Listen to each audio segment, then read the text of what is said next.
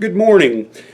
As I begin this devotional message, I want to begin by sharing with you a prayer request. Many of you know Rob and Kayla. Well, Rob is in the hospital right now. He does have an infection that they are treating. It is not COVID. In fact, it's not even a virus. It is a bacterial type infection, and they have requested prayers on our behalf. So please remember Rob in your daily prayers. I was reading in Philippians this week, and I was reminded of something that we sometimes fail to remember in terms of our lives as Christians. Now, many commentators and theologians will say that Philippians is the happiest or most joyful of all of Paul's letters.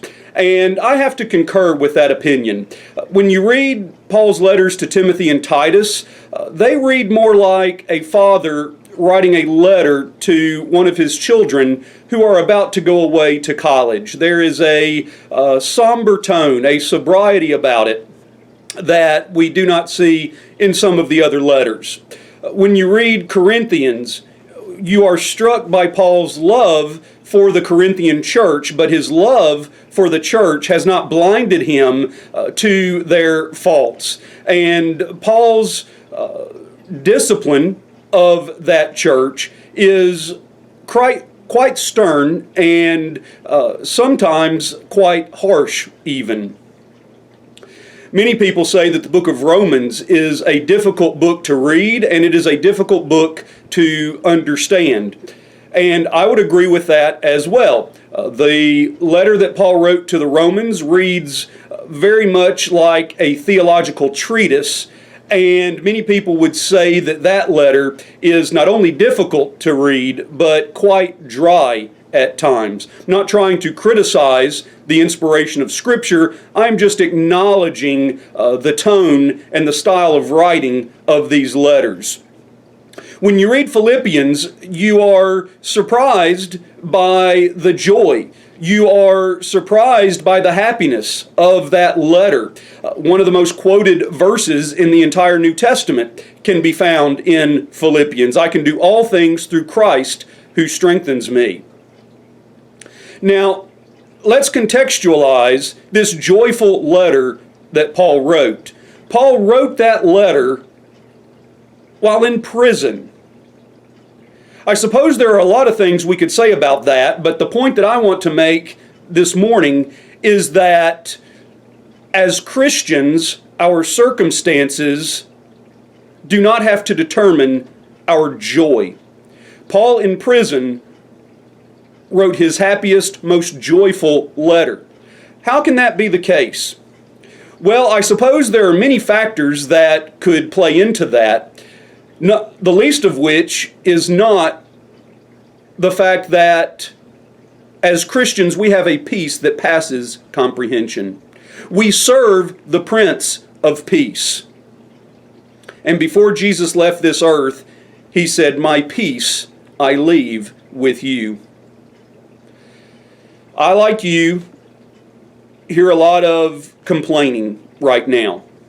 I, like you, experience some of the same frustrations that many other people are experiencing. The inconvenience of masks, the limited number of people that are allowed in some stores. For those with children and our teachers, the inconvenience and almost impossibility of dealing with hybrid classes or virtual only classes.